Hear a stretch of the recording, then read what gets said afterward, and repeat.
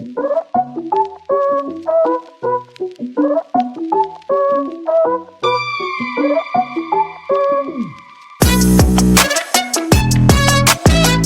story is called Stupid Cupid, the fart heard around the world.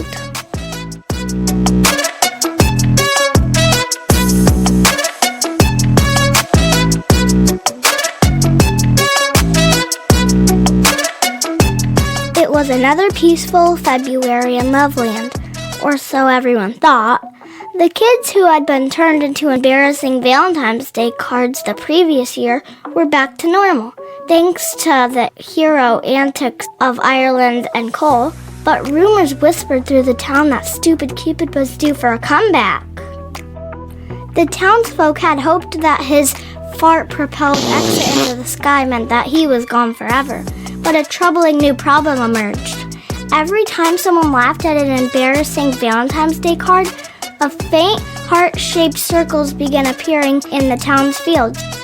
"It's a warning," old Miss Gertie, the town's self-proclaimed expert on weird phenomena.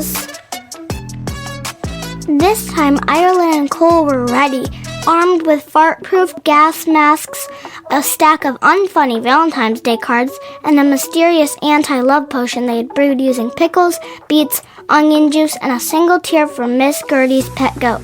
They had ventured into the forest to stop Stupid Cupid once and for all. As they entered the clearing, a chill ran through the air, and poof! He was there.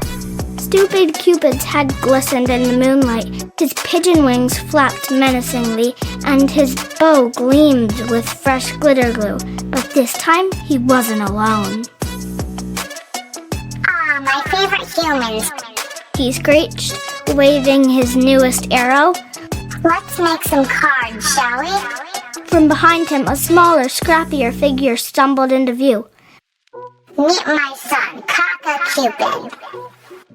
The creature was smaller than his father, with a permanently messy face, droopy pigeon wings, and a bow so large it dragged on the ground. "Hi," Cupid mumbled nervously, chewing on his arrow tip. I'm not good at this." Before Ireland or Cole could react, the Stupid Cupid unleashed his first shot. Swing! The arrow flew through the air, narrowly missing Ireland and hitting a squirrel instead. With a puff of pink smoke, the squirrel transformed into a card that read, "I go nuts for you. Acorns optional." "Your turn, son," Stupid Cupid barked, shoving Cupid forward. Cupid fumbled with the bow, accidentally loading the arrow backwards. Here it goes."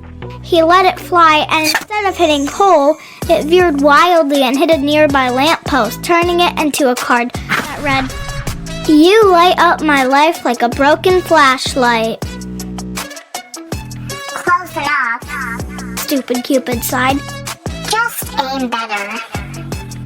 But Cupid's aim only got worse. Instead of hitting targets, he struck.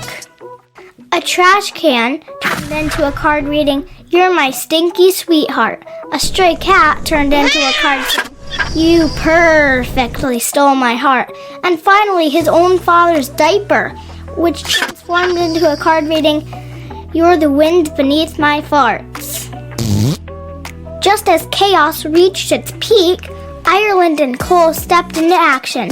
Cole raised the Cupid Blaster, a modified leaf blower stuffed with glitter, while Ireland whipped out the ultimate boring Valentine's card. It read, "Roses are red, violets are blue, this poem is dull, and so are you." Stupid Cupid staggered backwards, clutching his head. "Dryness, the boringness, it's too much." Meanwhile, Cole aimed the Cupid Blaster at Cupid with a whoosh. A tornado of glitter blasted out, covering him in sparkly chaos. Cupid squeaked. "Quick, Ireland!" Cole shouted. Ireland hurled the anti-love potion, which shattered on Stupid Cupid, soaking him in a cloud of goat tear mist. Stupid Cupid let out a high-pitched squeal as his wings fizzed. "I'll be back." he screamed, spinning into a tornado of fart dust that carried him and his son straight into the sky. The two disappeared, with a final faint echo of Stupid Cupid yelling, You haven't seen the last of me and Kaka. Loveland breathed a collective sigh of relief as the Cupid duo vanished. Ireland and Cole locked up the Cupid blaster and the boring cards in the town museum, just in case. As they walked back to town, Cole shook his head. Do you think they'll come back again next year? Probably, Ireland replied, grinning. But maybe next time Cupid will have better aim. And so Valentine's Day in Loveland returned to normal. Well, almost. Every now and then someone would find a stray card that read, You make my heart toot with joy, and wonder if the Cupids are watching from afar, plotting their next move. You haven't seen the last of me and Kaka.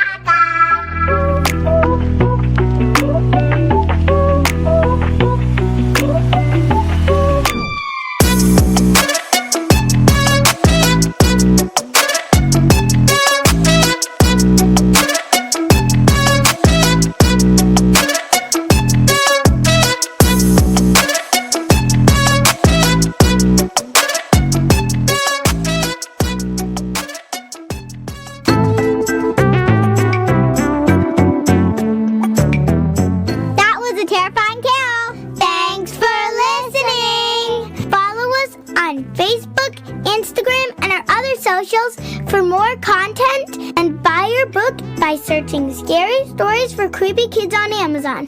Also, send us your own scary stories and we might include it on a future episode. Email us at scarystoriesforcreepykids@gmail.com. Peace out. Bye.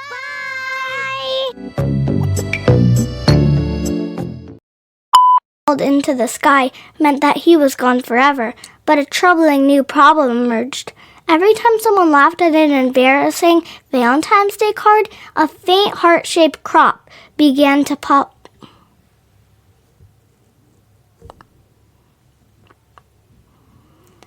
Faint heart-shaped circles began. Your turn, son, Stupid Cupid barked, shoving just as chaos reeked. As they walked back to the town, Cole shook his